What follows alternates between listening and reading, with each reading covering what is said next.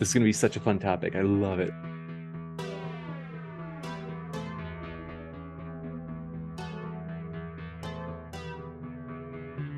Slavery was never called a sin in the Bible. So these people are very unchristian and lying about Indians being genocided. And that's what women and effeminate men are all about. Knowledge, equality, these fake ideas, things. You don't believe in and racism? There's no such thing as racism. Women should be quiet and listen. Men are supposed to be competing and aggressive with each other when you just said that those are effeminate traits. You're not making sense. Hey, everybody. Tonight we're debating whether or not they are making men more effeminate, and we are starting right now with Hake's opening statement. Thanks so much for being with us, Hake. The floor is all yours. Well, thank you very much, James, and thank you, Stardust, for joining me. Happy New Year to you guys, and shout out to the chat. Indeed, they are making men more effeminate, both by accident, who could have predicted that, and on purpose.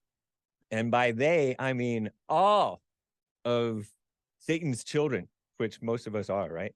And specifically, and especially leading the way and pushing this feminization of males are the universities, academia, and well, far be it from me to mention the mainstream media, but also the government.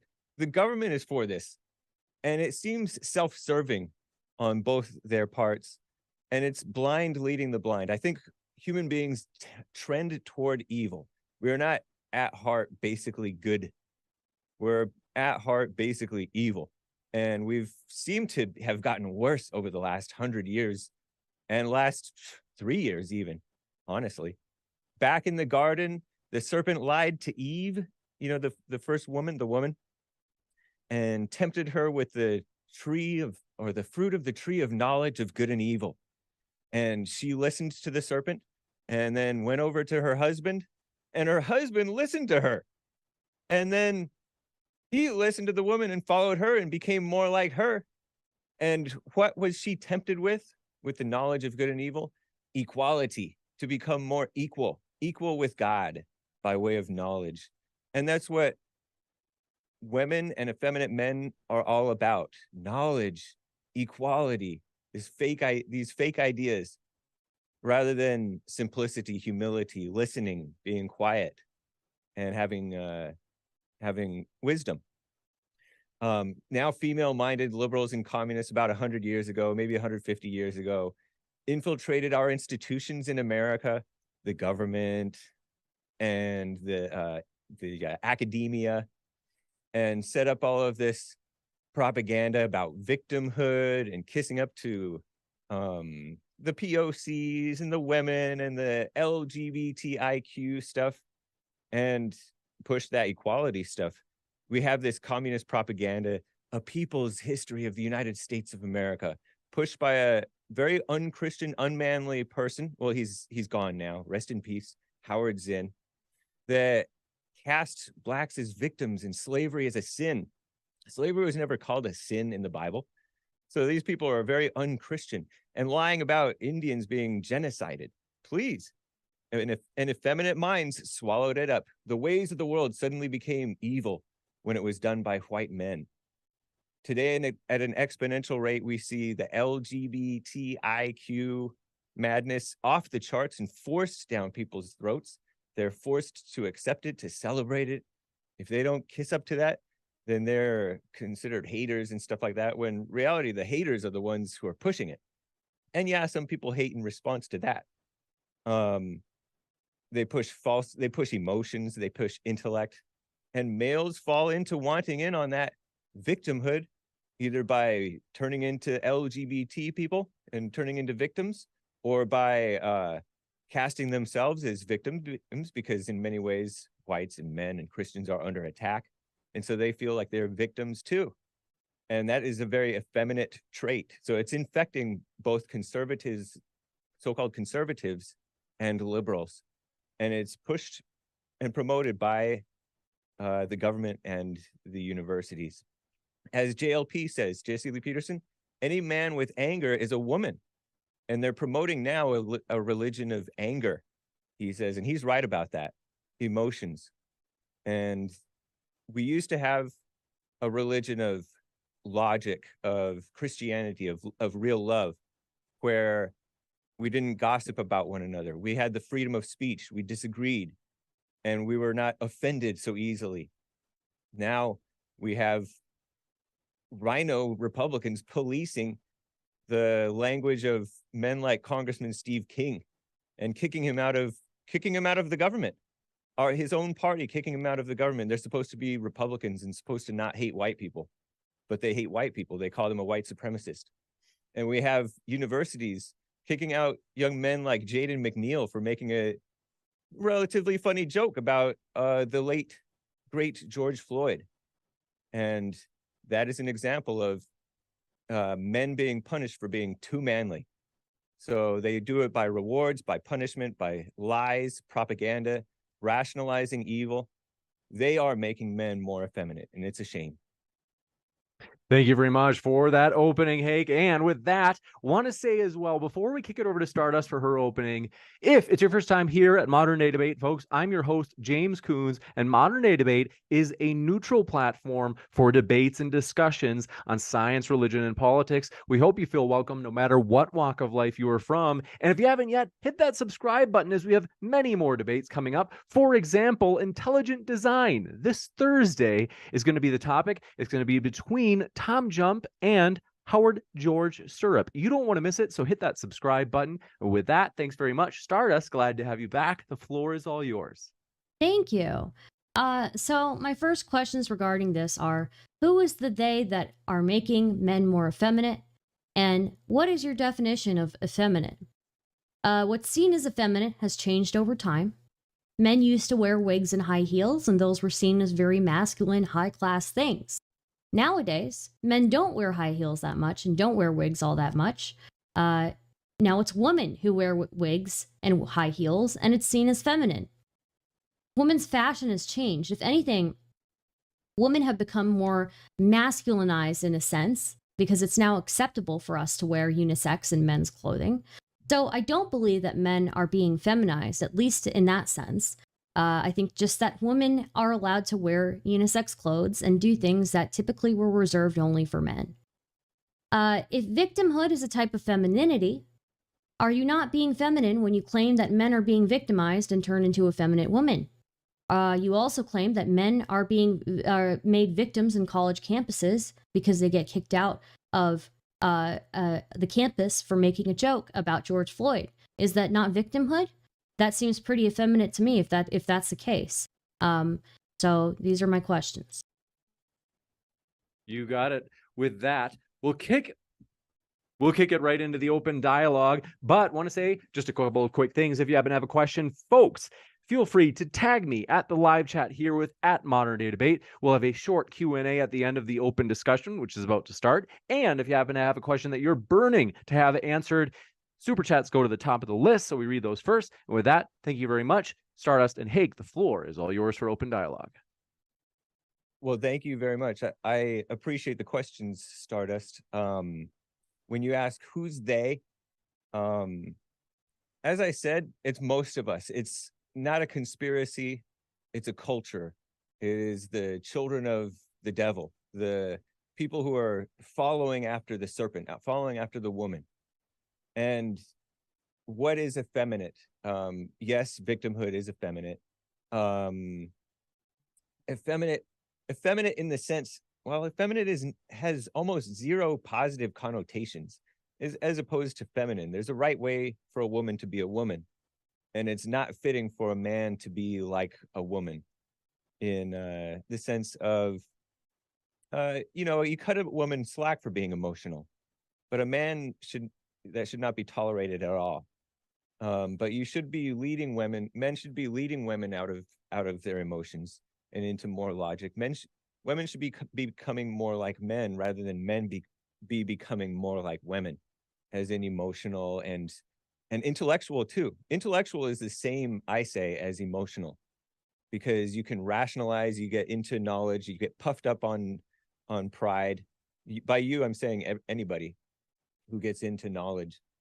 and starts pretending like it doesn't matter that men are becoming more like women, for example.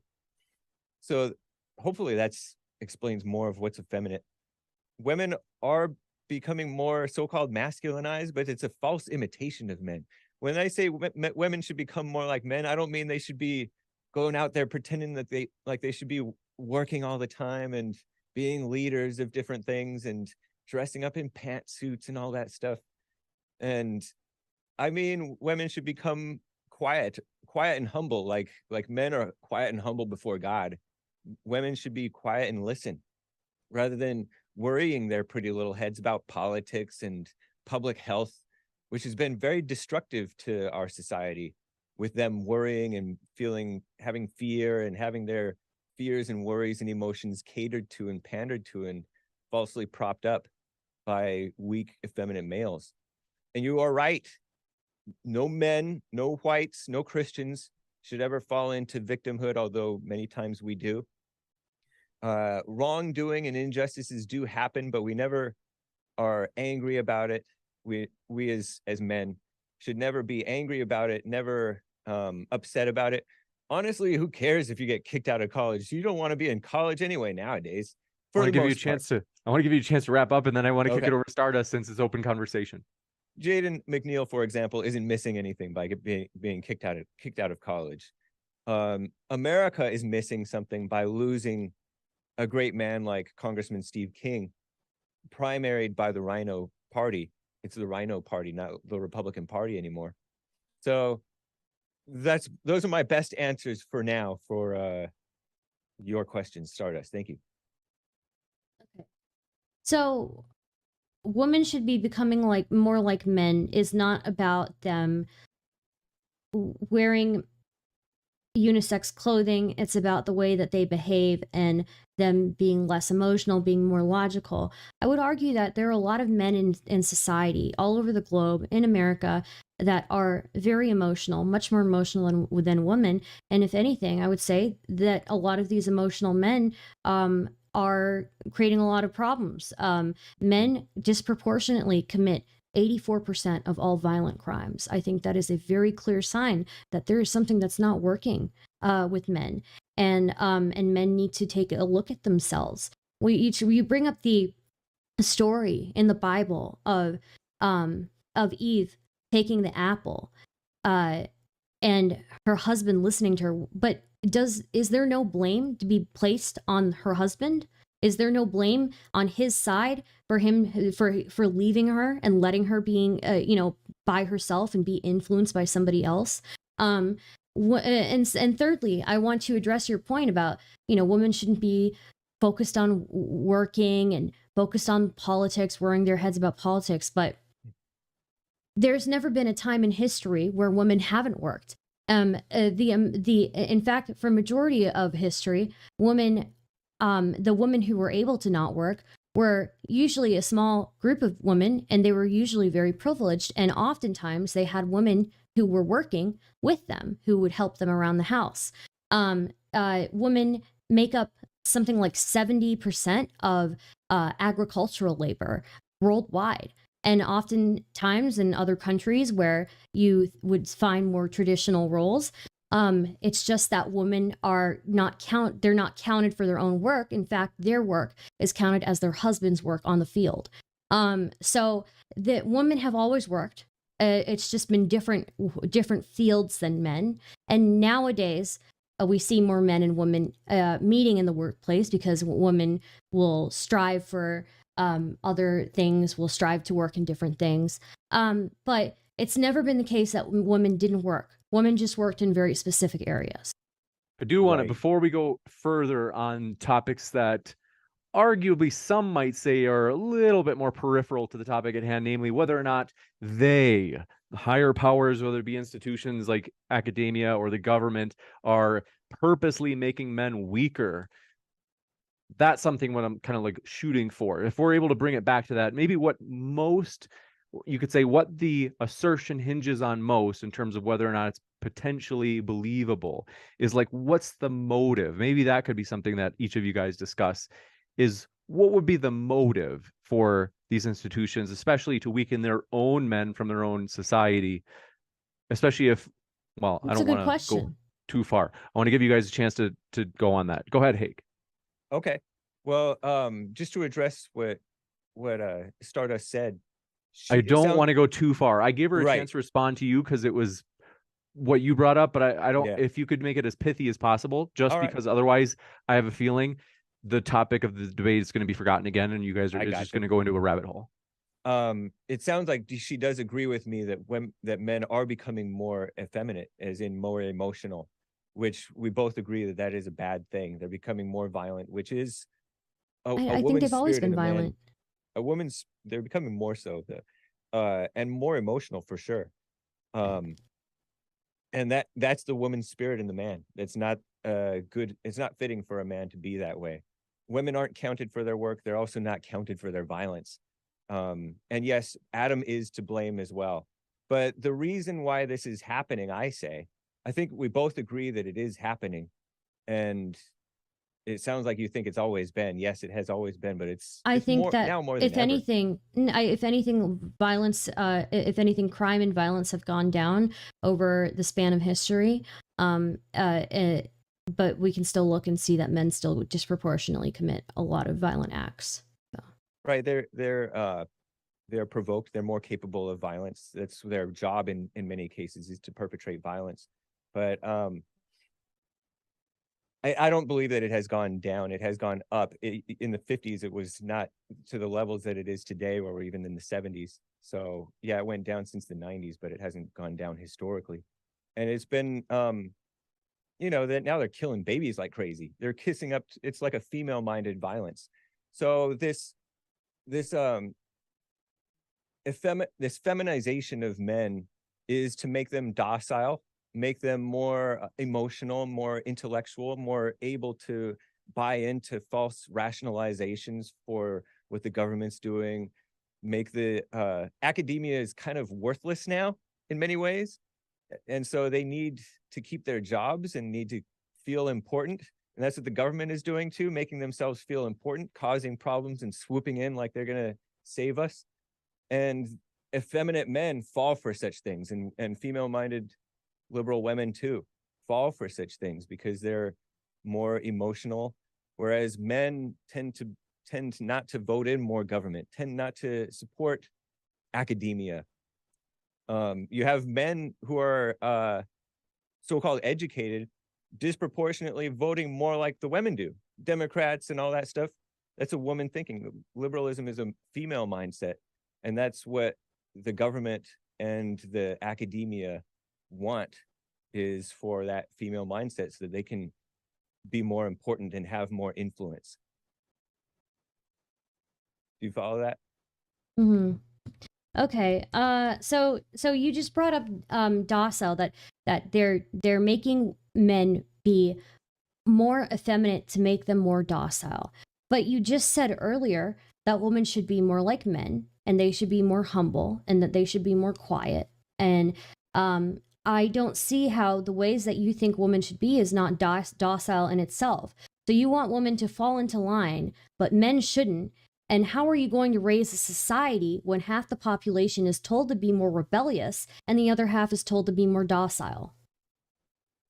There's a right and wrong way to be quiet and humble. A man is not loud, and a man is not loud and complaining either, just as a woman should not be. And a man leads a woman out of that. And one is meant to lead. Men are obviously meant to lead, and women to follow, and not to just follow what pops into their mind. If women are raising, if women are raising children, and half those children are men, and women are told to be docile and told to be followers, how are you not, is that not being passed down to those male children? And then secondly, I would say, is how is feminization creating men who are more docile, but still, in your opinion, creating men who are creating more violence? I didn't catch your second question. I'll have to answer your first question. You said women are raising boys. It should be men and women raising boys. It's part of the problem, and part of what the government has fed into, and what the academia through affirmative action is fed into, is the breakup of the family, no fault divorce, and all of that stuff, and sleeping around and all of that stuff, pornography. These things all lead to feminization of men, and it's out of order. A boy who's raised by a woman who's not overbearing is going to be a lot more boyish and a lot more manly when he becomes a man naturally than one who's raised by a domineering female. Would it not be that also women, young girls who are raised by men also will, even if what you say is right, we raise all children with both a man and a woman, right? Their father and mother, their father and their mother, right? Would it not still be that you're still going to have some mixing? You're still going to have some young girls who take on their father's traits, and you still have some young boys who will take on their mother's traits. And then secondly, the second question I had is, you're saying that all these men are being made to be effeminate, to be more docile, but I don't know how that even goes in line with what we were talking about of violent crimes being committed. Oh, they're docile towards evil. They're not docile towards good. And violent crime doesn't mean you're not docile. Docile means that you fall into liberalism. Look at the Black community voting 90-something% for Barack Obama twice, 96% for Barack Obama twice. And yet that's very docile. And yet the violent crime in the Black community, partly because of the angry Black single mothers raising the children without the fathers around and hating the fathers, and the fake idea of racism being pushed on them, so their anger is being lionized as a good thing. Those things. You don't believe in racism? They're both. There's no such thing as racism. That's a effeminate mindset to believe in racism, because that's that false victimhood. That's that accusing whites specifically of being something that everybody normally is, for. Well, I don't think I would say that it's just white people who are racist. I'd say that anybody can be racist. When you think of racism, though, when normal people think of racism, so-called normal people, they're taught to believe in white racism, slavery, and Jim Crow, and all that. I think the average person would be able to acknowledge that anybody can be racist. But it's irrelevant, because it's not even a real thing. Because so even the type of racism that is practiced by anybody, regardless of skin color, isn't a real thing. Right.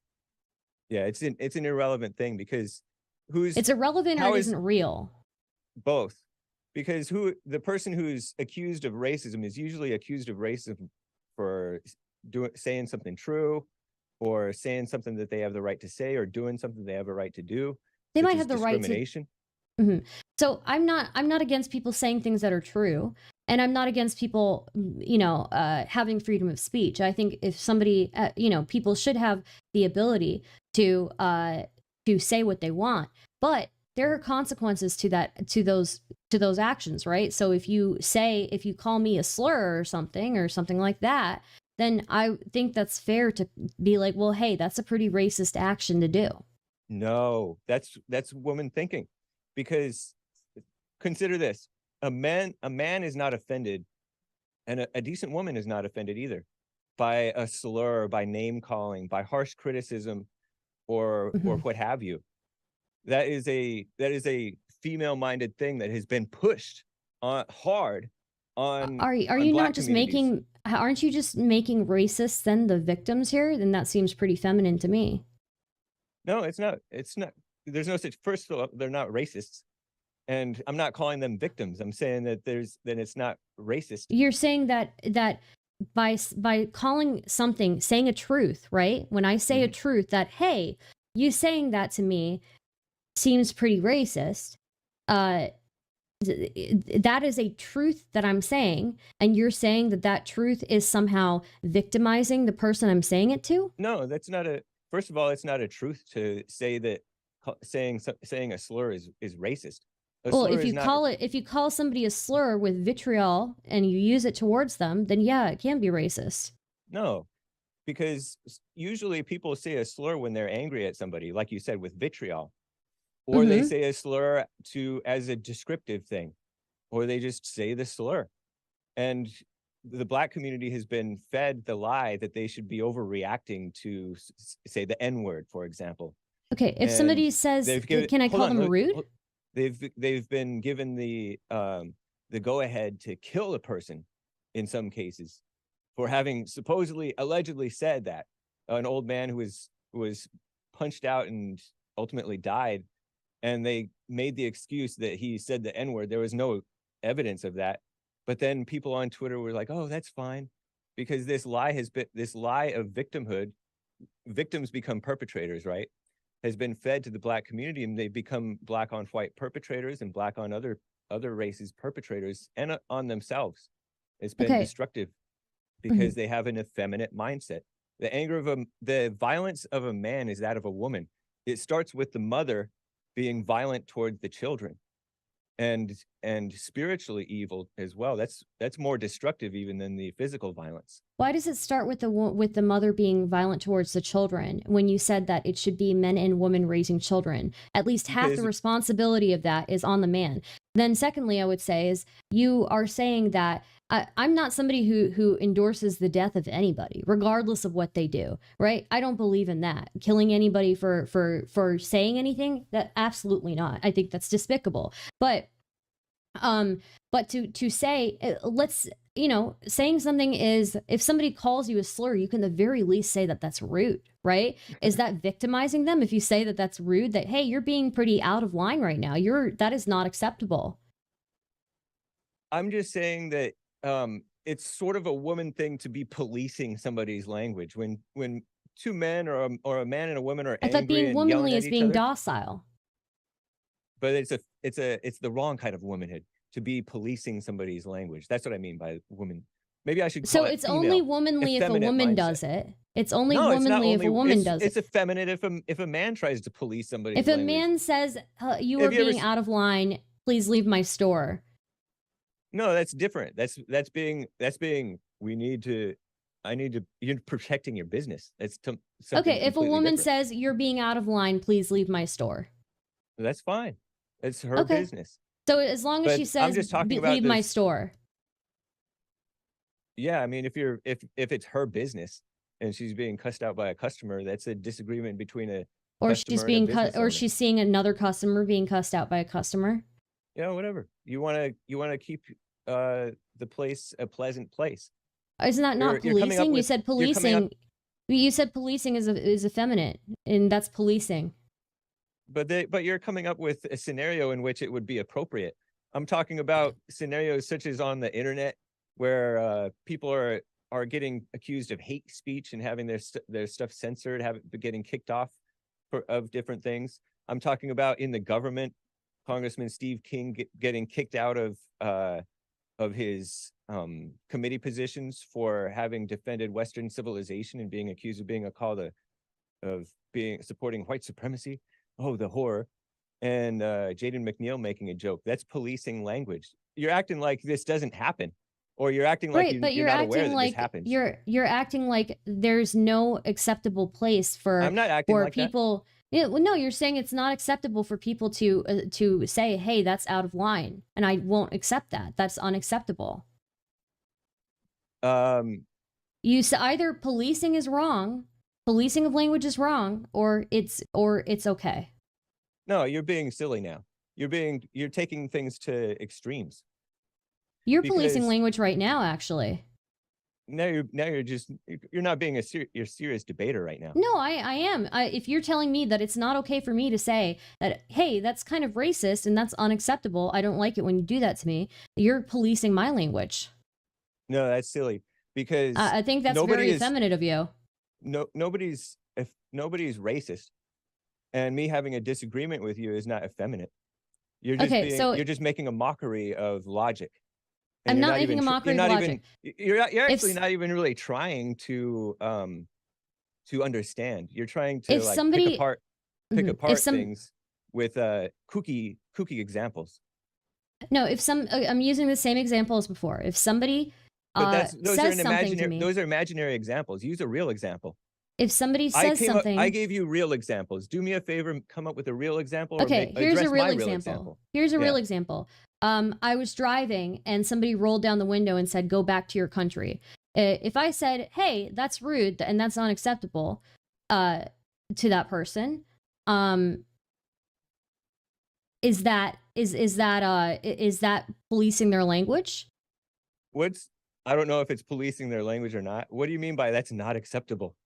You just say it's unacceptable. How is it not acceptable? Well, you just say it's unacceptable. It's unacceptable to me. It's unacceptable to me. It's like, unacceptable to my morals and the way that I treat people. Right, but you're saying it's unacceptable. Okay. So I can say it's unacceptable. All freedom right. of speech. Yeah, freedom of speech, and he has the freedom of speech to tell you to go back to your country, whatever that means. Yeah. But that's not racist. Okay, that's just two people talking to one another. If you don't believe that that's racist, that's fine. But still, I think we should have the right to say, "Hey, and did that actually behavior happen?" Yes, it happened. We should. I remember because my little sister was in the car with me. I still think I should have the right to say, "Hey, that's rude. That's unacceptable." I didn't say you don't have the right to say that.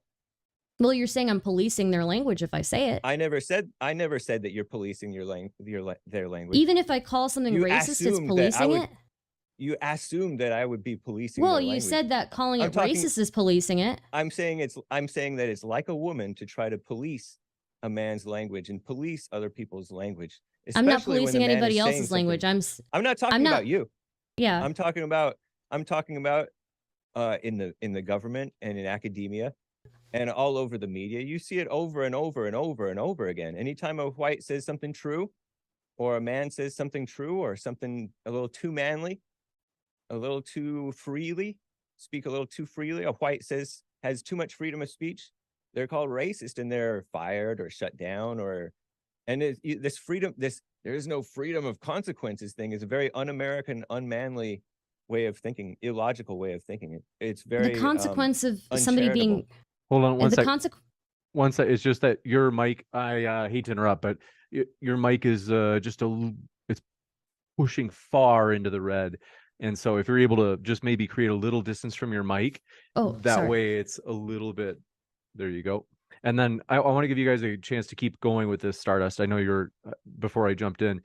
Maybe within a few minutes we could talk about any sort of additional subtopics. I'll poll the audience on what they would like to hear because I've got a few in mind, but go ahead, Stardust. Okay, so you said that that calling something racist is policing language. No, I didn't. Well, you had a problem with me saying that saying that something is racist. I didn't have a problem with you saying something's racist other than that it's not true. Okay. But there's this mindset that women have and female-minded liberal males have of when children make fun of one another or quote unquote racist to each other. Now, children, you shouldn't do that. When you're traumatizing the children and stifling them, and mothers do this to the kids, don't talk back, and they get all puffed up in their egos, stifling the children, and males do this as well. And it's not the right way to be. Well, it's about when I'm talking about, I think you know what I mean by policing language. I mean, we've seen case after case of it. I've given you examples. Do you dispute those examples? I don't dispute those examples, but I was not bringing up those examples. I was bringing up very specifically interpersonal interactions. You brought up those examples afterwards. No, I brought up those examples in my opening, I think. Okay.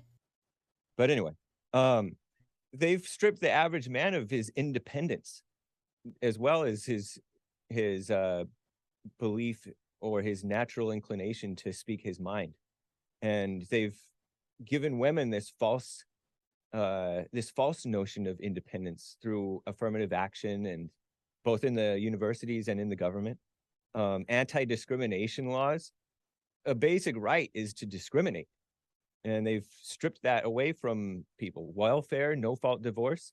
You talked about men's responsibility to be their fathers to their children, the women are driving them away, and the government is helping them do it, and the academia is helping them do it as well.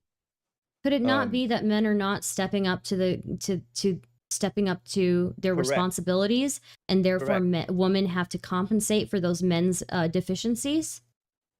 So it sounds like you've accused me of at one point of not blaming Adam for listening to Eve, or for not being the man over Eve.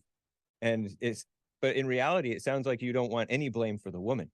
No, there's some blame for the woman, but I think that you're putting all of the blame on women. I think it's very clear that you're making this a very female problem by saying these are female-minded men, when I could just say that these are men not stepping up to their responsibilities, and they are not filling their roles. They are not staying for their families, and then as a result, women have to step in and they have to take care of those families. And you know what? It's better to have at least one parent there instead of both gone. Well, at one point the children used to go with the men, not with the women, and the children were better off for that. And the divorce was not a no-fault divorce situation, and men were stronger. They weren't as easily driven off from the hell that comes out of the woman. It takes two to tango, and both are to blame. It's not as though the woman is a hero for being. Is there no hell that comes out of men? Mother.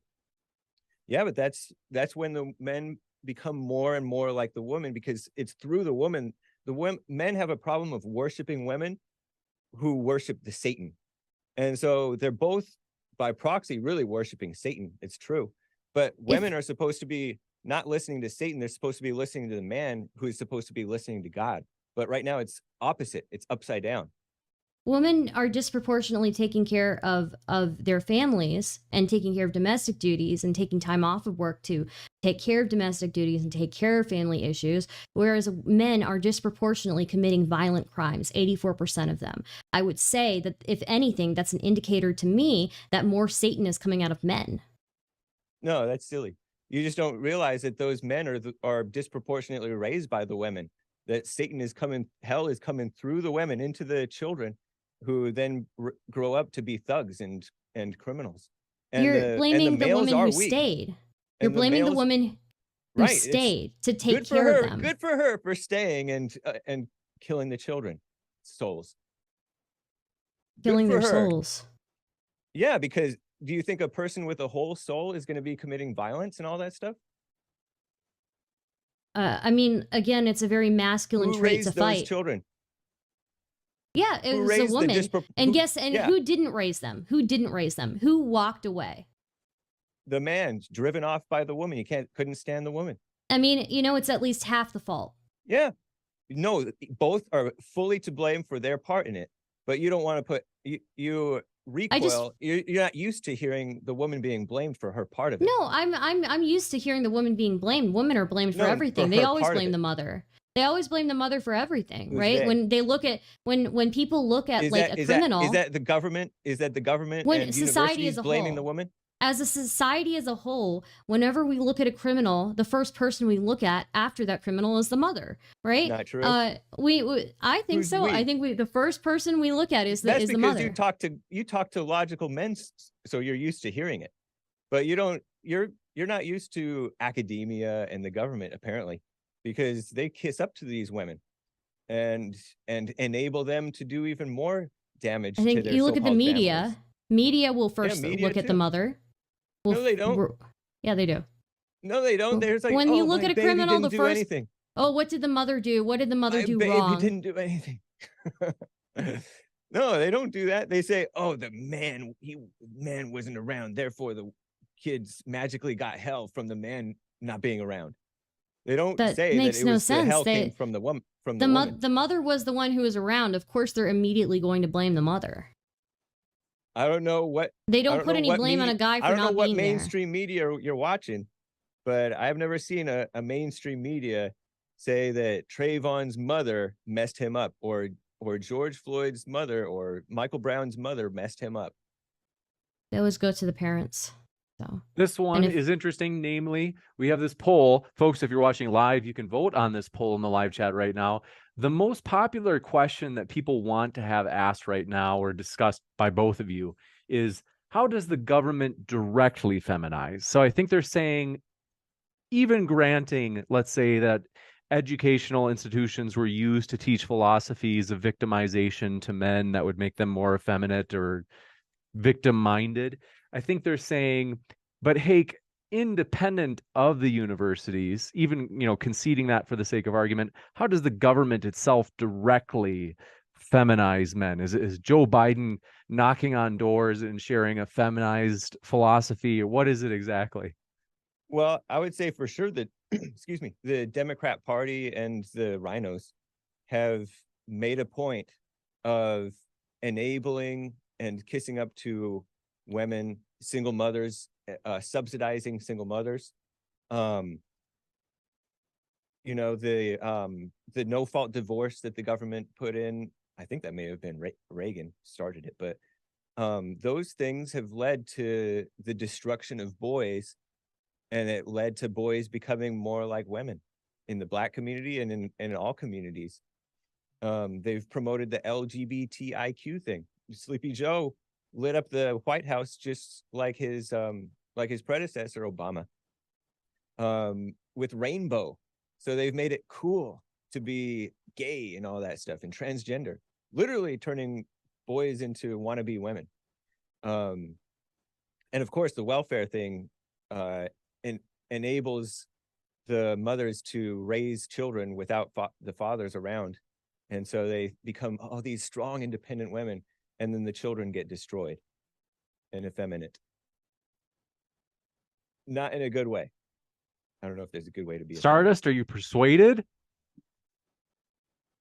no, I'm not. I'm not persuaded. I think that I think that welfare is one of the things that we have in place that's supposed to be a safety net for when men are not stepping up to their responsibilities, and when they are not filling their responsibilities that they are supposed to be filling. Women, unfortunately, have to turn to somewhere else. They have to find somebody else. If the man steps out, or if he's not living up to his, what he needs to be doing, it's unfortunate, but it has to be somewhere, right? And it takes a village to raise a No, child, right? It does not. No, it does not. It takes a father and a mother. How many people besides the father and the mother does that child interact with? And the government giving the welfare has enabled that and encouraged that destruction that you just talked about, putting all the blame on the man for walking out, and no blame on the mother for destroying the child. No, there's blame on the mother too. There's blame on the mother too. Destroying the child and driving the father away. I think the father usually steps out. Driven away by the mother. He doesn't just willy-nilly step out. He can't stand the mother. It's not the child that the man is leaving, it's the mother. And I think spirit. that there are a lot of men who are afraid of responsibility. I hate to run up. It's just that you're pushing so far into the red again. Oh, sorry. My bad. If you're able to let me just create a little bit of distance. Yeah. They've also pushed unions, another anti-independence thing. And the rising costs, minimum wage. We should get rid of minimum wage. And they've driven off manufacturing. They've kneecapped men's ability to be men and independent, because they want men and women dependent on the government and on, going to school, pretending like that's this universally valuable thing. Such a shame. Such a shame. In terms of other, go ahead, Stardust. No, that's okay. What was your question? The other topics that were in the chat that were most voted upon, the second one in terms of most asked was, is music, such as in the music industry, rap or whatever it might be, country, is it used to feminize men as well? Is the music industry in on this? Or, I don't mean to be so sarcastic, Hake, or maybe it's just coincidental, like maybe it's the cool thing to feminize men. Is the music industry coincidentally, independently doing it on their own through their music, Hake? Oh yeah, Satan is attacking on all fronts. When this topic was pitched to me, the they was specifically talking about the academia and broader scale of the government, but absolutely the media, the entertainment world, the movies, causing the lionizing these sulking, quiet men, and so-called men, and definitely we've seen country music turn more and more falling apart over a woman and becoming more and more egotistical, like rap music. And rap music is all about ego and this fake idea of love, and the LGBT propaganda has been pushed big time by the establishment music types. So for sure that has been huge in pushing men to not be men anymore. I want to give you a chance to respond, Stardust. First, I got to mention, Hake, if you're even able to pull your mic just a little bit closer, your volume it's also really low. It's okay, but it's just lower than the average for sure, Hake. Okay. But we'll give you a chance to respond, Stardust.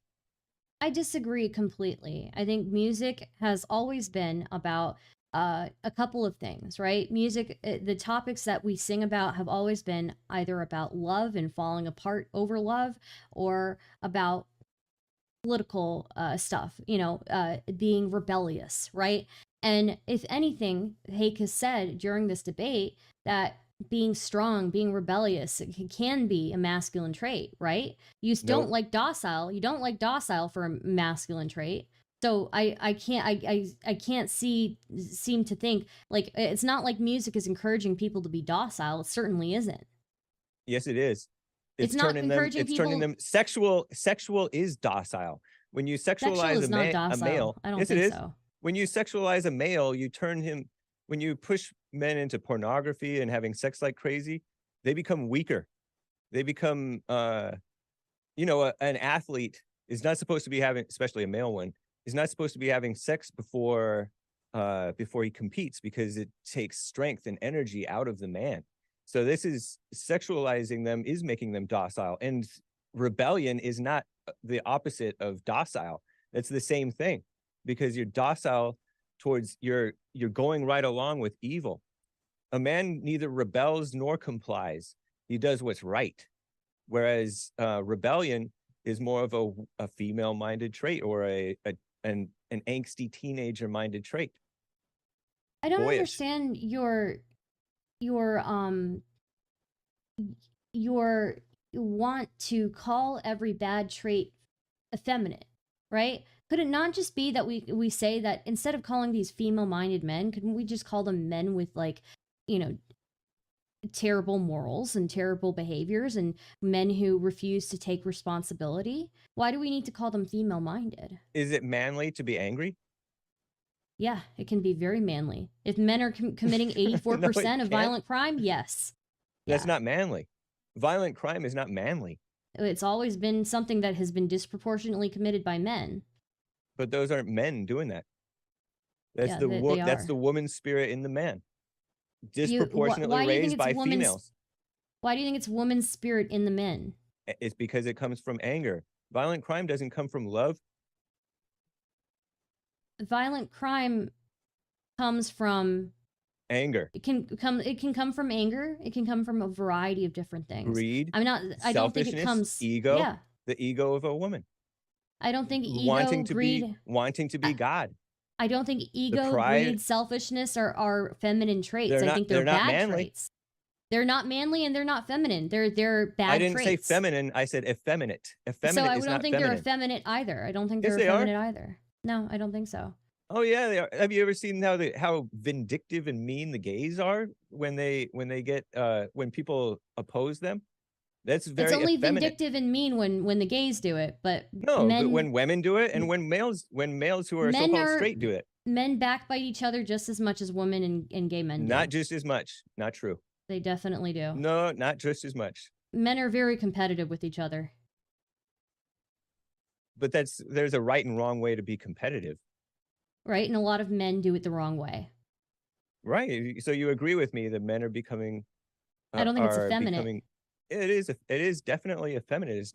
It's not logical. It is emotional. Right. There are types of emotion that we've deemed as a society is acceptable because men have those emotions, and then we've deemed other types of emotions as, oh, that's a woman's thing, and like Who's she's just we? being Who's we, and which emotions are you talking about that are acceptable for a man to all of have? us. I think being ambitious and being aggressive are things that are acceptable for men. Meaning when they're young, they build their careers and Yeah, and they they can be become aggressive successful. too. There's a right way to be aggressive, of course. There's a time for I that. think being egotistical and being aggressive and being combative are all things that you find much more often in men than you do in a woman. And And those are male traits, those are masculine traits. those are not masculine traits.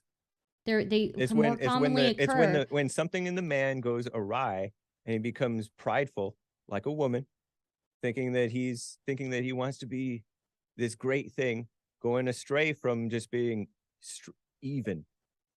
If a negative trait is more commonly occurring in men than it is occurring in women, I would say that that's more likely to be a masculine trait. Okay. And then but I'm not saying feminine, I'm saying effeminate, meaning it's an improper state for a man to be in. And women, you've seen women trying to compete with men. Have you ever seen them trying to infiltrate the workforce and becoming leaders and all that stuff? Sure. And that is a competitive spirit. Is an evil type of competitive spirit because But it's men no do it all the competition. time. Men There's are no much worse no, but about it. you're just because you say men do it all the time. Men are supposed to be leading. Women trying to lead is trying to fill a Men are supposed to be position that where she competing, doesn't is what you're belong. saying. Men are supposed to be competing and aggressive with each other when you just said that those are effeminate traits. You're not making sense. You're You not just even really. said I you never said just that. said earlier, you said that Women these competing are with men effeminate where they don't traits. belong is and a male who is all caught up in competitions is also But lost you in his just said pride. you said that it's proper for men to compete with each other and be aggressive with each other, right? I didn't say that. Okay, then why is it improper for a woman to be competitive with men the way that men are competitive with men? Because she doesn't belong there. Okay, She doesn't but then belong there. you are justifying that it is okay for men to be competitive with each other. In certain aspects, sure. You the best man for the job type of a thing. Mm-hmm. This might be a good opportunity. The other quick questions, or I should say options from the poll, were: one, do movies make men more effeminate? Yeah, I'm curious, definitely. like examples, like concrete examples, like the movies, like, because there are also, I mean, like Hollywood as a whole. Let me play devil's advocate for the audience from this poll. If they said, there's still a lot of King Leonidases and 300 and Braveheart and Gladiator, these movies that are epic and masculine roles that are the leaders, are they outbalanced by the soy boy movies? What are the soy boy movies? What would count as a soy boy movie? The type of movie that would effeminate. Could be examples of movies. I would say the ones that push this ideal of quote unquote love being the ultimate is turning men into or tempting men to follow after the woman's idea of love, that fake emotional love that doesn't last, where it's oh, you fall in love and that's really the ultimate in life, and forget everything else, forget morals and uh not committing crimes and things like that. I watched a movie last night. It was about this guy who robbed a bunch of banks, and he got a wife along the way and a partner in crime along the way. And the woman at first was disgusted by his robbing banks, and then wanted to see it happen, and then she supported him in it, and then she's like, okay, now it has to stop. and the man is just following after the woman, doing what she says, and he suffers in the end for it, and they get divorced. And it's a true story, but it's also romanticizing this fake idea of a woman and a man's love, which is turning men emotional, and that led the way for this love is love type of a thing. So I think even something as normal seeming as a love story is causing men to be more effeminate, more listening to the woman's idea of emotional love rather than loving what's right first. Stardust, you look like you're dying to respond. Oh, I honestly, I'm going to be real with you. I don't watch too many movies. So, I can't really say whether I think that movies are making men more effeminate or making them not. But I do know that for a while in the 90s, we made fun of feminine traits quite a bit. And I wish that we hadn't. And we kind of made women out to be dumb for having these feminine traits. And I don't think that's really right. I think you can be feminine and you can still be smart. But I guess what my question would be is, because I don't really keep up with movies too much, what kind of movies do you think are good examples for men? Hake. I don't know if there's I don't know if I can come up with an example of a movie that's a good example for men. James Kuntz mentioned a couple of examples that I enjoyed. I don't know if they're good examples for men though, or not. There's a lot of I know more of the bad examples. Like there's a lot of athlete movies where the guy is praised as wanting to be the best at this or that sport, and that takes boys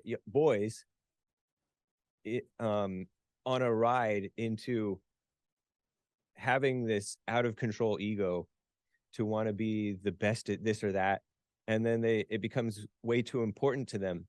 Whereas if they were guided by logical fathers, they would still have the ego, because everybody does, but they would not get taken so far out away from their focus on what's right. You got it. And we have one last thing from the poll. Then we're going to jump into the Q&A. But I also want to do a little housekeeping type thing. Folks, want to let you know, right now, TikTok, at the rate that it's growing, Modern Day Debate has to expand onto TikTok. As you can see at the bottom right of your screen, right now, we are striving to build a 1,000 follower base on TikTok. I know a lot of you guys don't like TikTok. You think China is using it to spy on people. Believe me, we'll get them. Don't worry. We'll handle China. But the idea here is this is going to help us expand big time. So if you have a TikTok, please do check out our TikTok. I'll put that in the top of the live chat. Once we get 1,000 followers on TikTok, we can live stream our debates there. And that's going to be huge. So I'm really excited about that, because that means we can put out content on TikTok on a regular basis, as we are doing our debates anyway. But also, this last one, they asked, Hake, are the churches being used to feminize men? And I think it's hard to tell based on the topic here. I think that they would say, because my guess, Hake, is that you would say that the politically left churches that are pushing for politically left type things, my guess is you would, of course, say that, because you've already Right. castigated, what's the word I'm looking for? You've already indicted the left. But what about the churches that are more traditional, the ones that are more politically right-leaning? Are even those used to feminize men? I say yes, honestly. There, in the black churches, a lot of the ones who are churchgoers are the women, and so of course they cater to the women. And I think even in white churches, among even Christians, you'll hear the man say, "Oh, she's the boss," and so there's this catering to women that has happened in Christian families and in Christian churches, where love has been replaced. Love, which is logical and not based on emotions at all, has been replaced with niceness, this fake kindness, and you've seen it infiltrate the so-called Republican Party, the conservatives. We should be about logic, real love, a solid moral foundation as Christians, as conservatives in the churches. But for decades, increasingly, the women have become the leaders of the men, even when the men think that they're leading. It's a real shame. It's a known rule. I've heard it on my fellow JLP network hosts, Nick Stream, that every conservative institution, including Christians, the church, gets infiltrated by its enemies and becomes liberal, effeminate, Satan-led. And unfortunately, the establishment churches, including the so-called conservative churches in many ways, are becoming more effeminate. Juicy. And we're going to jump into the Q&A, but I want to say, before I do that, Stardust, did you have any thoughts on this? Would you defend the conservative churches as not being effeminizing? Well, I don't know that it's right to blame the women in these churches when clearly there's not enough men stepping up in these churches either. Right. I blame the effeminate males, or the female-minded liberal males. A liberal has anger, a conservative has no anger, right? A conservative has logic, a liberal has emotions and intellect. I blame the men who are participating in this, so-called men, for just as much as I blame the women. When women Maybe are the even ones more who, so. when the women are disproportionate, the women are the ones who are, again, disproportionately showing up to church and partaking in church and all of that. I don't know that it's fair to call the men, that the very few men who at least show up to church, effeminate, right? And I still disagree with your. They're effeminate, right? I still disagree with your usage of effeminate. I know. Effeminate is having characteristics and ways of behaving traditionally associated with women, when aggressive and anger and these things are all adjectives that are used towards men more than they are used towards women.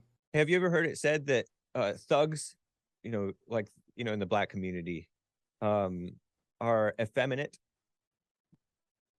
Because that is a common refrain, a common statement that you'll hear among conservatives, is that the Black violence and the Black gangsters, if you will, are effeminate. Just because it's They're said doesn't mean female-minded. that doesn't, just because a bunch of people say it doesn't make it right, right? Right, but I'm just saying I'm not the only one saying this, and you might look into this and consider how it may be true, rather than try to again, if more reject it. men if more men are being aggressive and more men are being violent and being more men are doing all of these negative traits, I think that it's much more accurate to not call those things effeminate, because they're clearly not feminine traits. Well, women are every bit as violent, if not more so, than men. They're just not as effective at it. And they're, it's done behind closed doors to the children and to the men, and they get away with it more. They're just not as good at it because they don't have the bodies for it. But they're every bit as angry and violent and nasty and aggressive as the males are, especially when you look at the Black community. That's how the children become that way in many cases. You remember that there was not to go on too long, but there was this viral moment in the Black Lives Matter insurrection under Obama. I think it was 2014, one of those insurrections, where this teenage boy, maybe 12, was out rioting, and the big Black mother comes along and starts smacking him on the head, smacking him. And it went viral, and Oprah had her on, I think, and had the boy on, and she was celebrated, committing this violence and this anger on the boy who was acting out. And that's not a proper way of disciplining a young man. And that is why he is so out of control. But this is celebrated because the woman is there trying to do her part. And I understand she's trying, but she's failing. And it should not be celebrated. And that's causing that boy to become out of control, like the not proper type of woman. Yeah, I don't agree with people applauding violence, right? Yeah. But again, I would say that historically, violence is something that has been perpetrated by men. I Men don't are the really ones who go to dispute that war. too much. Right. Yeah, Yeah. men are the ones who go to war. Men are the ones who start wars, right? That men, in general, the biggest acts of violence are from men and committed by men. Yeah. Evil has So it's not always an been around. effeminate. It's not an effeminate trait. I think it's just a wrong trait. Okay. This might be an opportunity to go into the Q&A. Want to say, folks, thanks so much for your questions. We're going to try to move through these fast so we can get through as many as humanly possible. First, Atheist Mando, appreciate it, says, why are we all allowing... Oh, gosh, okay. I'll read it because even the ones criticizing me, I've got to give them a chance. They say, why are we... Don't worry. Say, why are we allowing Nazi Confederates a position at the table? How could you call Stardust that? That's what I have to say. You should feel ashamed of yourself. They say they will take our freedom if we allow them to give them these platforms. Same with Weimar, Spain, Italy. It hasn't stopped fascism. So Unbelievable. in terms of the people who say, oh, James, how do you allow these people on? You should feel ashamed of yourself. For every complaint we get, we always tell you the debate just got 10 minutes longer. But the second thing is, folks, I've got to tell you, and I've heard this on Stardust stream before, and they're not really accusing Stardust of being a Nazi. But I've got to tell you, there's a really good argument to be made that if people are going to someday, I mean, grant, for the sake of argument, let's say I grant that we actually host, because it's true, I don't know if we are tonight. I haven't seen Nazi-like stuff from Hake, but I do recognize we've hosted people in the past that are probably, I think it's fair to say, legitimate neo-Nazis.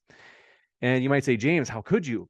Well, the reason is, if you watch this video, and I'm not using an appeal to authority because I've made this argument on my own, but the Harvard psychologist Steven Pinker, it's a video on our homepage, and he talks about when you don't let these debates happen, a lot of times what happens is people are not exposed to those ideas or the rebuttals to them. And so what happens is someday somebody walks down the street and they run into a real Nazi who gives these arguments, and then they go, oh, wow, I guess it's been true all along.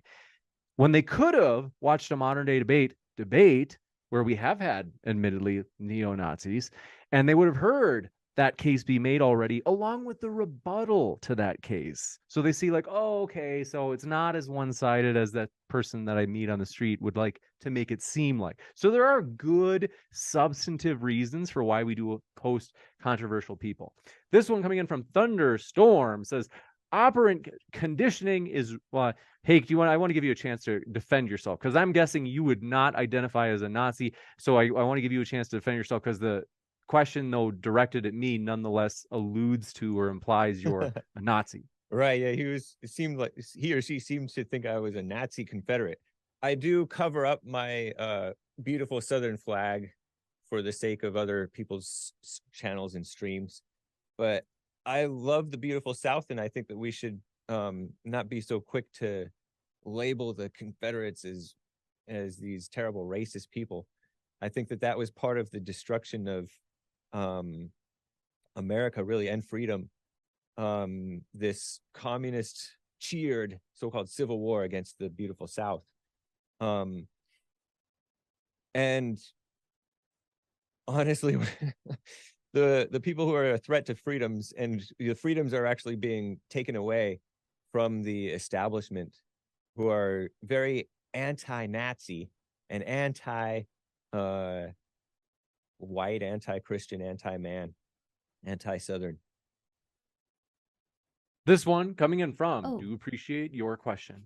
Could I say That's one true. thing? They might have been referring to you, so we'll give you a chance to respond, Stardust. I just want to say that I may disagree with everything that Hake believes in, but I do not think that Hake is a Nazi. And I think that we need to stop being scared even if I was arguing with a Nazi. Stop being scared. Stop it. Just stop. We got to have these conversations. That's it. I happen to agree. I just don't think that people are going to go, if you force them underground, I don't think that they're going to give up. I think they conspire and you don't know what they're up to. Like, I think it's good to be able to deal with them in the light where you know what they're doing. But this one coming in from Thunderstorm says, operant conditioning is real and we are all baby Albert in this Skinner box. Ideologies, at the end of the day, you are your ethnicity and your behavior. I don't know who that's for. That went over my head a bit. I'll translate the psychology part. So they're Okay. saying, so like baby, they talk about operant conditioning, which is usually like you either reward or punish a behavior, but then they Okay. talk about baby Albert, which is like classical conditioning, where you just come to associate something like a noise with pain. Okay. So I don't understand it myself exactly. They say in this Skinner box, and then Skinner boxes were boxes that the psychologist Skinner would use to train pigeons using operant conditioning. So this is a confusing one to me. They say at the end of the day, you are your ethnicity and your behavior. I think that they're just trying to push that final point. I'm not sure Okay. what that means either, though. Yeah. Ah. It sounds like it's sympathetic to the racists, perhaps. I don't know. The people who say, oh, by nature, blacks are this way and whites are this way, and the other races fall into this because of all these different things. But I'm not sure. You got it. Yeah. No, me neither. And then this one from, appreciate your question. K Max McDonald was very eager to ask this. Said, for both guests, how do you see college students now being 60% women and only 40% men? I think they mean, why is this? They say, will this create resentment issues? If this trend continues, what will it lead to? So I'll say that I think that um, there is some validity in saying that, like, uh, oftentimes classroom environments, people who can follow directions and who can kind of fall in the line and listen to the teacher and follow directions nicely, are the ones who are going to thrive the most in those classroom environments. And the way that women are socialized to kind of fall into line, follow, be agreeable, follow the rules, all of that. Whereas men are not socialized as much, and it is celebrated to, be a little bit rambunctious and things like that. So men, as a result, tend to not uh tend to not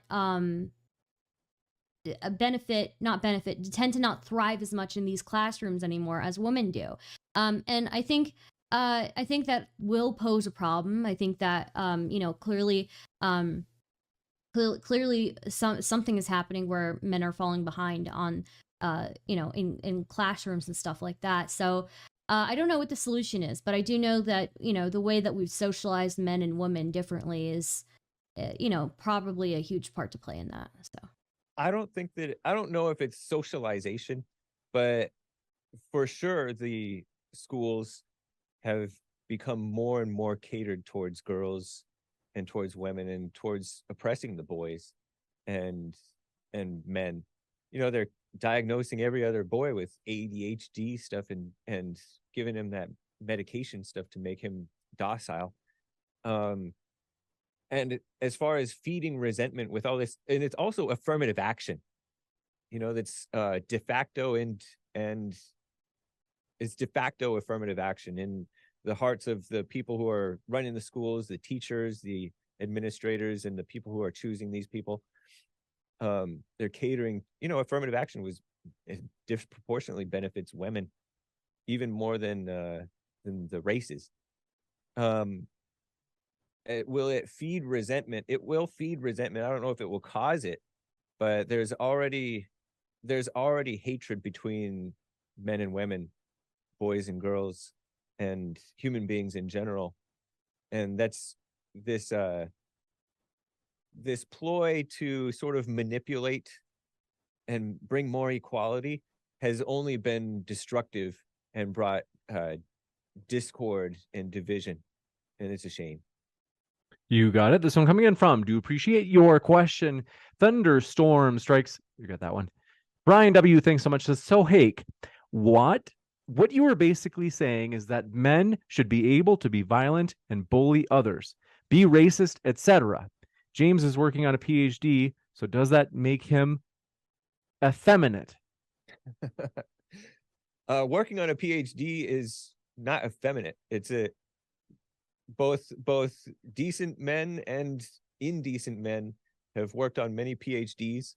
And I didn't say that men should be violent and bullying. I don't believe in this bullying thing. I think it's an effeminate mindset to be on this anti-bullying kick, because not you're not pointing, you're not diagnosing the problem correctly, nor are you bringing the right solution to the problem. It's a weakness of boys, both the so-called bullies and the weak boys who get bullied, and the girls and all that. And it's all part of that the female mindset of either being too compliant or too rebellious. You got rather it. than right. This one coming in from Do Appreciate It. Most of these are directed toward you, Hake. They say, so this one for Stardust, I think they say, would Stardust say it's racist? Thanks, GBO Farms says, would Stardust say it's racist if I said different races, women's Bob milk tasted different if it's true? I don't know if they meant Bob or something different. They said, I think they mean boobs. Yeah. Thank you. They say, Yeah. I haven't tried Indian. Is this a friend of yours? I don't know. What is their name? GBO Farms, I saw in your live chat like 2 nights ago. I think they're a new chatter. They've been relatively new in my chat, so yeah. They seem to really like you. They say, I haven't tried Indian Bob milk yet, though. Okay, well, that's strange to say, and I don't know how to respond to that. So So sorry. I just love putting you on the spot. Okay. I don't mind it. But I didn't make that up. That was real. This one from KMax McDonald says, instead of saying men were made to be soft, would we say modern culture or parenting made our Generation Z children soft? Crying rooms, safe spaces, and trigger warnings. Being offended is a part of life and free speech that we need to get over. Yeah. Some people blame the water. Some people blame the food. You know, they say there's this meme that says, strong men create good times. Good times create weak men. Weak men create hard times. And we're in the good times creating weak men phase right now, where it's too easy. We're too spoiled. And hopefully some of us can wake up out of it. You got it. This one coming in from Do Appreciate Your Question. Can't make out the word, but appreciate it, from the orange and yellow avatar.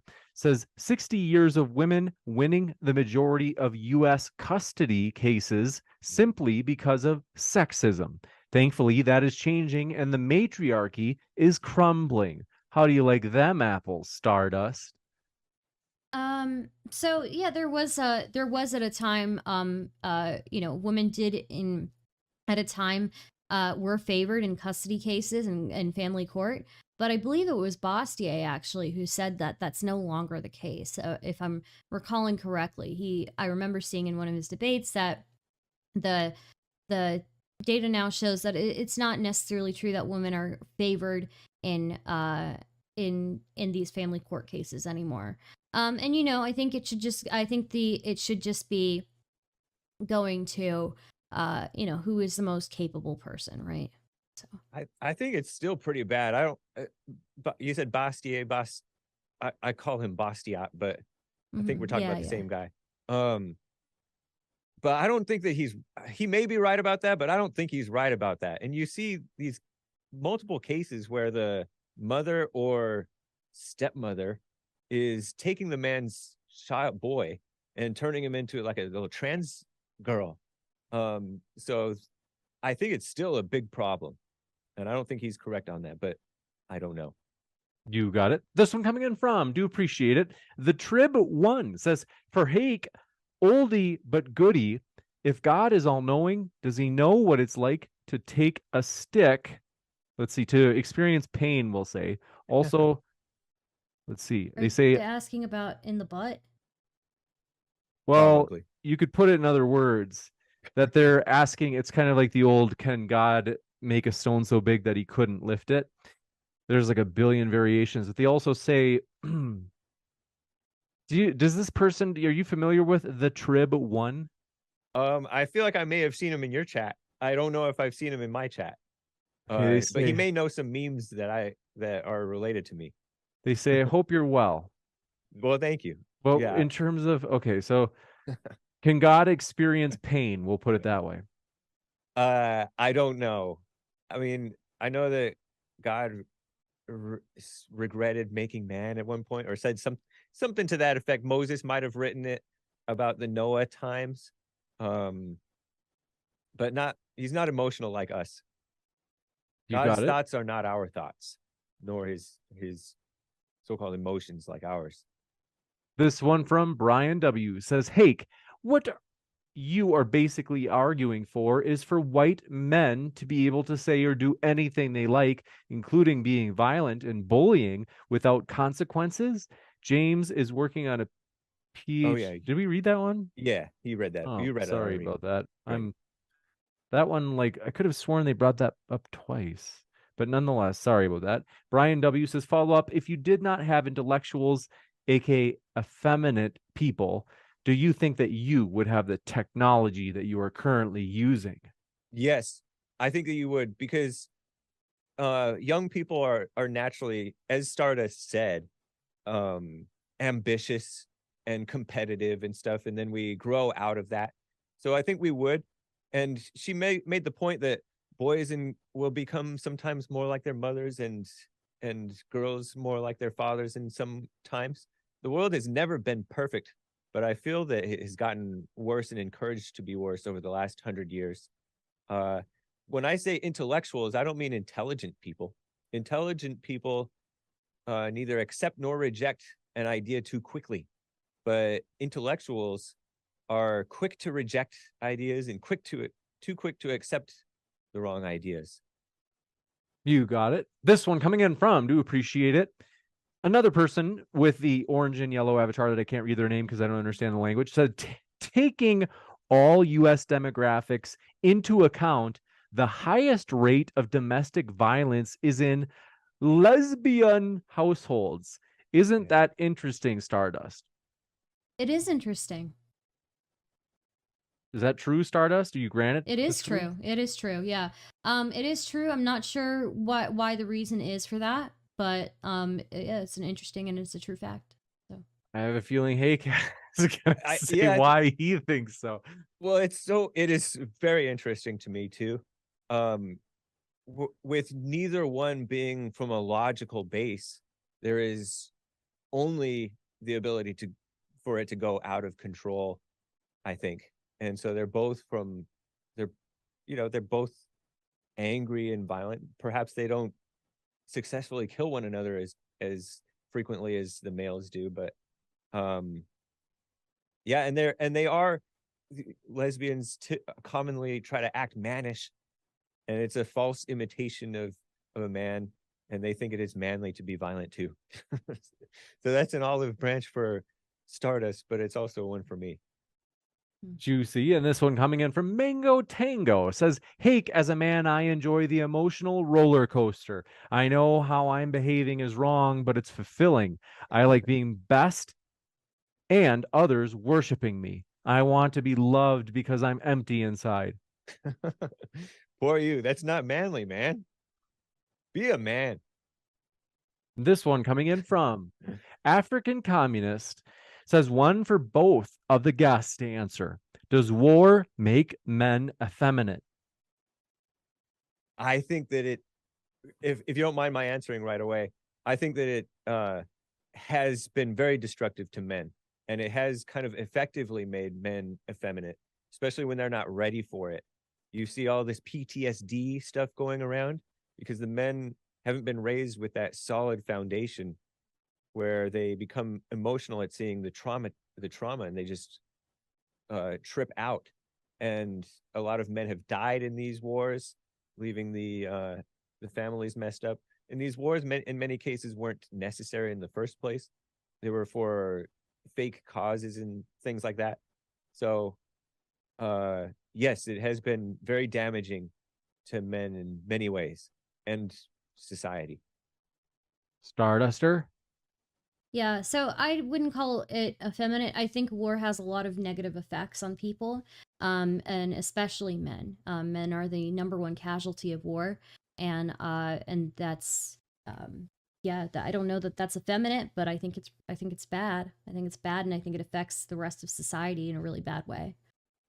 You got it. K Max McDonald says, in Stardust's view, does there seem to be a more anti-white or anti-male view coming from the current mainstream media? And could this be demoralizing men to be more effeminate? So I can't speak on the mainstream media. I can say that in really far left spaces, I've seen some like anti-male, anti-white, a lot of memeing and stuff like that. And so, I try to check people and be like, hey, like, let's chill a little bit on that stuff, but, uh, you know, like Hake said, there's no such thing as racism. So, but, True. yeah, I can't really say on mainstream media. I don't think it makes men effeminate. I think effeminate is the wrong word to use here, and I think it's honestly just I think it's just the wrong word. I think a lot of these traits are just bad traits. They're not effeminate or otherwise. I think Black Lives Matter was propped up big time by the mainstream media, and that is a very emasculating movement, both for whites causing them to apologize for something that they're not guilty of, and for blacks to be when they're disproportionately perpetrators to act as though they're victims. And so that's been and to blaming white people and all that stuff, and accuse Derek Chauvin of racism with no evidence whatsoever. So I think that there's anybody blaming white people or cops or anybody really is pathetic. And that's what Black Lives Matter is. Very, very female-minded liberal thing propped up by the government, academia, media. Terrible. Interesting. This one coming in from Do Appreciate It. Polarized Squirrel says, Hake, decency and decorum are for the elite class. Why do you think it's a male-centric lifestyle? When I said decency, I didn't mean decorum in the sense of, I don't know what you mean by that necessarily. When I say decency, I mean common decency, that men and women and men and men and women should treat one another with. Calmness. You don't see that in the female-led cultures, which is what our culture is degrading into. You got it. And then thank you very much for your question. This one, or I should say correction. Thunderstorm says, my comment wasn't supremacy. Sorry, my comment was so confusing. Interesting debate tonight. No problem at all. We appreciate your comment. And we definitely, the latter part of it was clear, Tori. I think it got through. And then thanks for your kind words. All credit to the speakers who are linked below. Folks, if you want to hear more from our guests, you can. What are you waiting for? And that includes at the podcast. So Modern Day Debate is a podcast and a YouTube channel. Our podcast gets thousands of downloads, which is huge. I want to say thanks everybody for your support and making it as well as it has, as you shared it a ton. But also, both Stardust and Hake's links are in the description box of the podcast as well. So if you're listening to the podcast and you're like, hey, I want to hear more, you certainly can as well by clicking on that link below. This one coming in from Nick says, to both. Testosterone in men is at an all-time low. What do you think is to blame? And do you think this is making men biologically effeminate? Yeah. I think that that's partly well, like I said, the spoiling, people sitting around like a bump on a log at a desk, just desk jobs, not exercising, not doing manual labor, not manufacturing. And, I've heard that the food and the water have been, the plastics have been not good for men or women, really. And the pornography and all that stuff has been probably feeding into the decreasing testosterone levels in men. It's my guess. Stardust, thoughts? I don't know that it's porn per se. Though I have my issues with it. I don't know that I would say that it's porn. Sure, it probably has to do with us having more sedentary lifestyles. It probably has more to do with the types of foods that we're eating for sure. But Yeah, I don't know. That's probably as far as I can say on that topic. You got it. This one coming in from Shit Channel for You says, can't we start over and make an equal term for both girls, boys, and non-binary? No, it wouldn't be wise.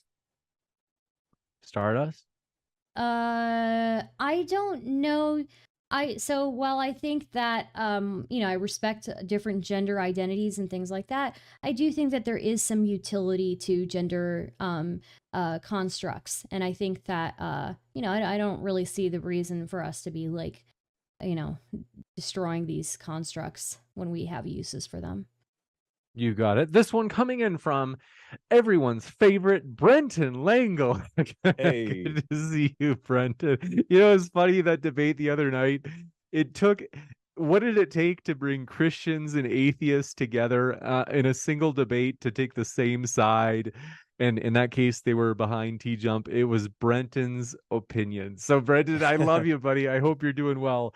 But Brenton says, Hake, I know a kid who other kids would follow, jeering and throwing rocks at him while he was walking home. How is that not bullying?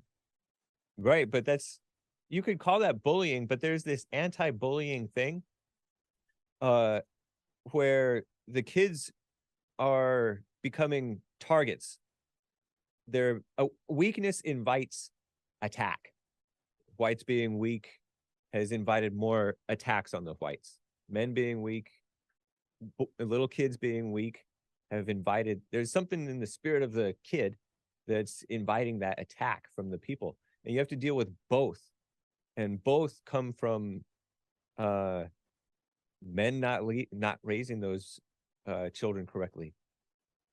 You got it. This one coming in from, do appreciate it, Brenton strikes again. He says, I fundamentally disagree that, quote, good times make weak men. By that logic, everything needs to remain awful at all times, lest weak men emerge. No, there's a Bible quote that says something like, let me not be so poor that I have to steal, nor so rich that I forget God. Something to that effect. There's a just right, man. This one coming in from the Trib One says, I was asking if God. Not gonna read This is that. Brian W. can I ask a question, because we were just talking about bullying. Is that not like being bullied again? You're saying is you're basically saying these men are being victims and all of that, and so they're being woman minded. If a man feels like a victim, he is being woman-minded. But there is such a real thing as somebody being wronged. So if I'm basically saying that a man is a victim of this or that, if he's not a victim in his spirit, in his identity, if he doesn't identify as a victim, then he's not woman-minded. No, he can overcome anything. A man should not be bothered by being wronged. This one from Ozzy and Talks, just a comment, says, Hake, your philosophy is immoral. Gotcha. This one coming in from, my guess is you disagree. This one coming in from Stay Curious says, so Hake, getting PTSD from seeing people blown up into pieces is feminine? Yeah, it's definitely not manly. You want to overcome stuff like that. Yeah, it's traumatic. It's like I would not want to see it, but I know that there are a lot of horrors in war, and those should not get inside you and sit inside you and stay inside you forever. We don't have we have people looking to psychologists and psychiatrists rather than to God and to the wisdom of man from God. This one coming in from Brian W. says, your definition, Hake, of intellectual is wholly incorrect. Intellectuals do not reject things out of hand. That is precisely what makes them intellectuals, because they hunger for knowledge. But he just rejected my statement out of hand. And yes, they do hunger for knowledge, and their hunger for knowledge is overboard and out of proportion, because the Bible says, and it's true, everybody knows it, knowledge puffs up, but love builds up. Love edifies, and people, it's like a woman or like a female-minded emotional male to chase knowledge and knowledge and knowledge and never have wisdom. You So that's got what I it. mean by intellectual. Hopefully, that understands. He understands. This one from only Mr. Bill says, was Jimmy Stewart effeminate in A Wonderful Life, the movie? I did not ever see that movie. My female aunt loved that movie, but I can't say about Jimmy Stewart. You got it. It may have been the beginning of the end for men. Stardust, did you think he was effeminate? Have you seen the movie? No, I don't think he was. I don't think he was effeminate. I think he was a. Jimmy Stewart is the one. Yeah, I don't think he was effeminate. I think he was a nice guy, right? I think he was Nice at least the guys. father in the movie. not That's a all good- I. Yeah, he think was I a nice know. guy. He was caring. He was nurturing. He cared about people around him. Yeah, He I was think 6'3". This one from where did that come from? This one from Google. Leslie I Fleming will says, say. "Hey, go ahead." Oh, it is effeminate to not have seen that movie, though. So. Dang, that's cold. You got it. This one coming in from Leslie Flemings. Appreciate it. Says, Hake, do you think anger and violence come from humans in general and not just women? Ever since the fall, I think they're referring to Genesis 3, the world has been in sin and humans are to blame, not just women. Right. You blame both. You blame each for what he or she did wrong. But you have to look at the way things work out. I read a great book by J.C. Lee Peterson, The Antidote, Healing America from the Poison of Hate, Blame, and Victimhood. And I read about the life of Trayvon Martin and what led to his attack on George Zimmerman, and Mike Brown and his attack on former officer Darren Wilson. And you kind of see their upbringing and their mother and father, and the stepfather, and how you kind of understand where things came from. So it's important to understand. And if you just say, oh, it's human beings, then you don't actually forgive. You're kind of excusing evil rather than dealing with it. You got it. I think that's it. Let me just double check that we have any more super chats, because we did go over time because I was hoping to get you guys out of here. I know you guys have got a lot going on. And this one is, by the way, also, in addition to thanking Hake, we have to say Stardust also, thank you, folks. Stardust usually takes Monday nights off. And I was like, Stardust, do you want to be in this debate or not? And she was like, fine. So we are thrilled that this is a good debate. I love this topic. I think it's so fun. But anyway, I want to say huge credit. Our guests like Stardust and Hake are what make this channel fun. So huge thank you, Stardust and Hake, for being here. Thank you both for having me. Great to talk to you again. Stardust, you sound so traumatized. Are you okay? Yeah, no, I'm great. I had fun with this debate. Did you have fun? I did have fun. Good, oh good. yeah, the most fun. But I was gonna say, you've crossed swords with Hake before, so you knew what you were getting into. Yeah. Yeah, no, I knew what I was getting into. I liked talking with Hake. I hope he likes talking with me. I do. Amazing. Like 90 going north. What the? Okay, thank you guys. It's always very fun. That's probably my favorite quote. What the? I wore this outfit especially for this debate. So, Can you explain it? It's a banana. It's a banana hat thing. One of my favorite. It's a whole banana. The whole banana. Oh, wow, you're right. Yeah. Wow. Is it like the peanut butter jelly time banana? Is there any, or is it I think it's a pretty accurate looking, realistic banana, honestly. It's got like the, nice browning. little, browning and all that. Yeah, I think it's a nice, realistic banana.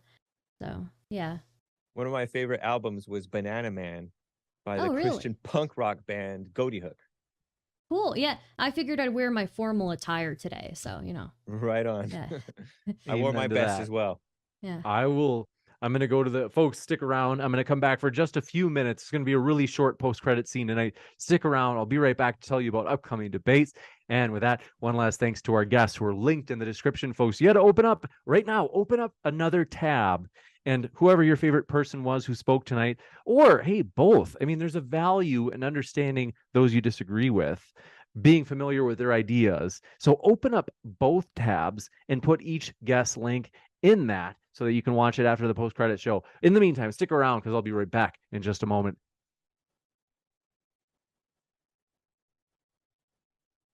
Thanks, homies. That was amazing. Thank you so much. That was so Thank much you. fun.